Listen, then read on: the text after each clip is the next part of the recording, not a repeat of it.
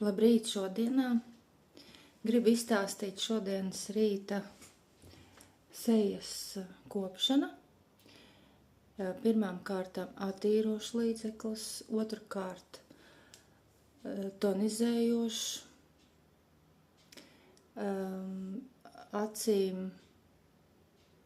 acīm šāds maska. Viņa ir interesanta,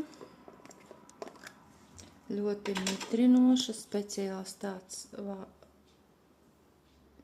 tāds vāciņš virsū. Viņa ir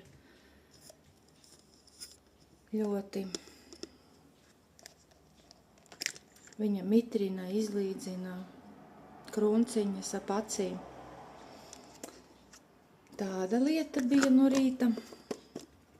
Ar korektoru es ap aci izgaismoju, arī šeit es mazliet izgaismoju.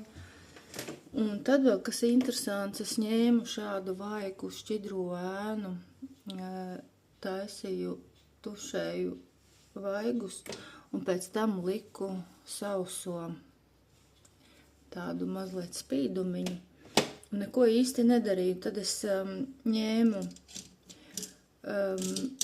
zīmulīti, lūpu, kontūriņas taisīju šādu, un lūpu spīdumu šādu,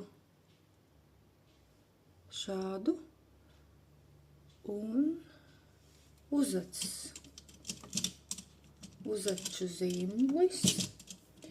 Un tas ir viss ar minerālu kosmētiku, ļoti dabīgs izskats. Acu zīmulītis, kontūriņa man uzvilkta, un tad vēl uzaču zīmulītis šāds.